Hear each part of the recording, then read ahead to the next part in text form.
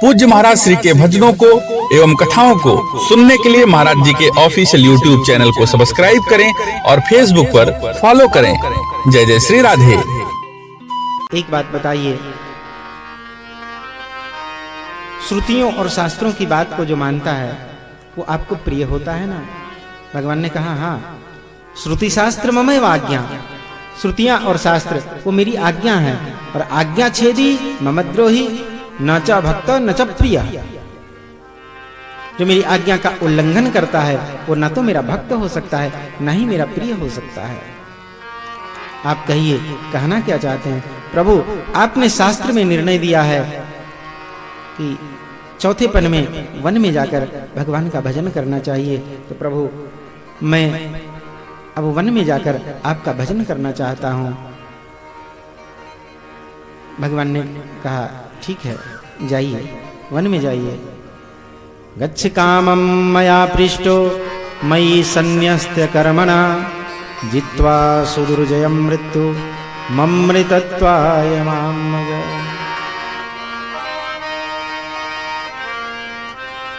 जाइए, वन में जाइए, वन में जाके निश्चिंत होकर भगवान का भजन कीजिए।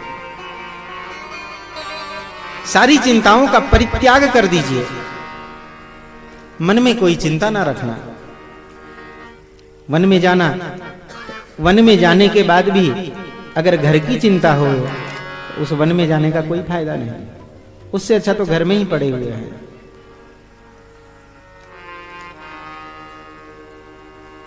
वन में जाओ, वन में जाकर प्रभु के चरणों में अपने मन को लगाना, मेरा भजन करना, और मेरा भजन करके जो दुर्जय मृत्यु है उसके ऊपर विजय प्राप्त करना। मन में जाकर सारी चिंताओं का परित्याग कर देना, केवल भजन करना। संसार में सब स्वार्थ के साथी हैं सारे।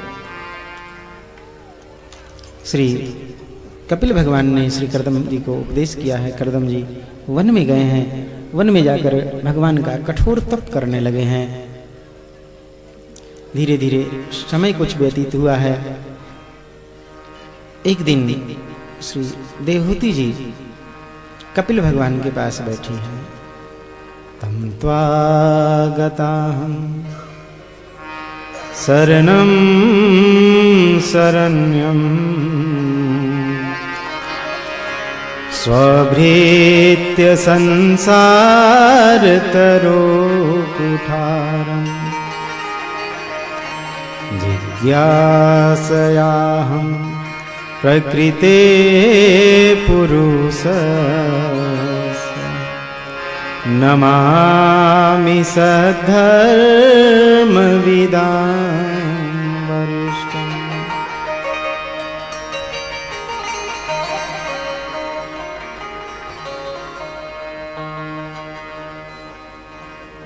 प्रभु के चरणों में बैठी हैं, श्री कपिल भगवान के चरणों में बैठी हैं। आप कहते हैं इस संसार से पार होना बड़ा कठिन है, लेकिन जो जीव इस संसार में है वो इस संसार को, इस भवसागर को कैसे पार करे? इसके लिए क्या उपाय है? जीव इस संसार से कैसे निकले, इस भवबंधन से मुक्त कैसे हो, इसके आप कुछ उपाय बताएं। श्री कपिल भगवान अपनी माँ देवहूति जी को उपदेश करते हैं, माँ इस संसार से बचना है ना, शास्त्र जो कहते हैं उन शास्त्र की बातों को मानना चाहिए। बेटा शास्त्र तो जो पढ़ेगा वो जानेगा ना, जो शास्त्र पढ़ नहीं सकता उसे भला शास्त्र का कहां से ज्ञान आएगा? फिर वो कैसे भवसागर से पार करेगा? कपिल भगवान कहते हैं, मां उन शास्त्रों का उपदेश करने के लिए जो संत होते हैं उन संतों की वाणी को मानना चाहिए।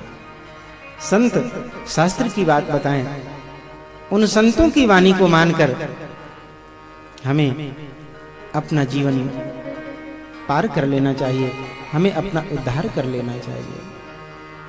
जब संतों की बात कही तो एक बड़ा ही सुंदर प्रश्न किया श्री देवहूति जी ने, बेटा संत किसे कहते हैं? संत की परिभाषा क्या है? जो लाल कपड़े पहनता है वो संत है, या जो सफेद कपड़े पहनता है वो संत है, या जो काले कपड़े पहनता है वो संत है, या जो पीले कपड़े पहनता है वो संत है? संत किसे कहते हैं?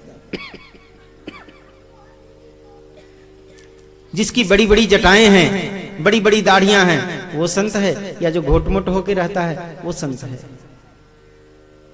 किसको संत कहते हैं? संत की परिभाषा क्या है? श्री कपिल भगवान ने मुस्कुराकर श्री देवहूति जी को उत्तर दिया, मां, संत कोई वेशवाचक शब्द नहीं है, संत तो गुणवाचक शब्द है। दाढ़ी बढ़ा लेने से, बाल बढ़ा लेने से कोई संत नहीं होता, अथवा तो घोटमोट हो जाने से कोई संत नहीं हो जाता। कपड़े रंगा लेने से कोई संत नहीं होता।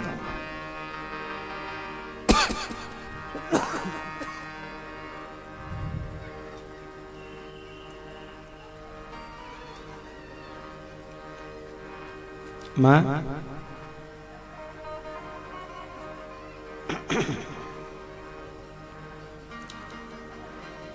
कपड़ों का रंग बदल लेने से कोई संत नहीं हो जाता।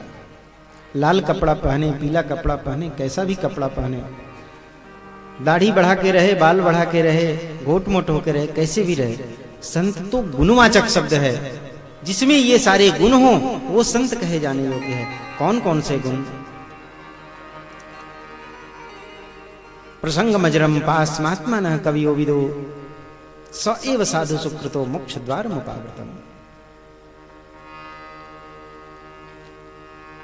जो सदैव भगवत प्रसंग में लीन रहता है,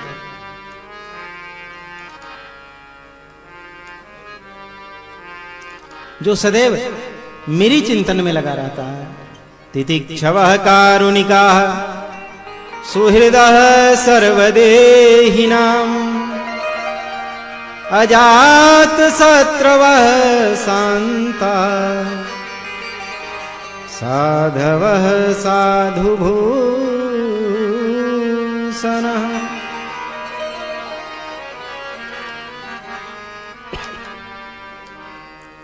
संत का प्रथम लक्षण है तितिक्षवा। जिसके अंदर जितनी सहनशीलता होवे वो उतना ही बड़ा संत है।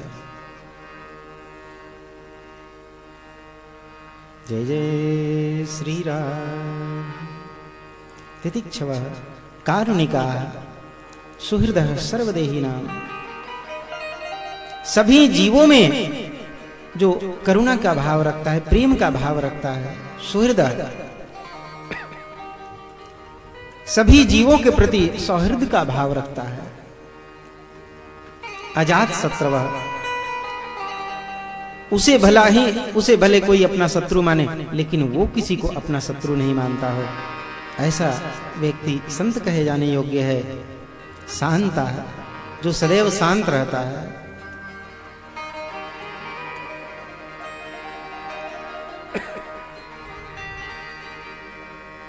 ऐसे लोग संत कहे जाने योग्य हैं। सभी जीवों में समभाव रखता हो जो, वह संत कहे जाने योग्य है। नामदेव जी भगवान के बहुत बड़े भक्त हुए। नामदेव जी रोटी बना रहे थे, एक कुत्ता आया और नामदेव जी जो रोटी पका पका के रख रहे थे, वो रोटी मुंह में दबाया और भाग पड़ा। अब हम होते तो क्या करते?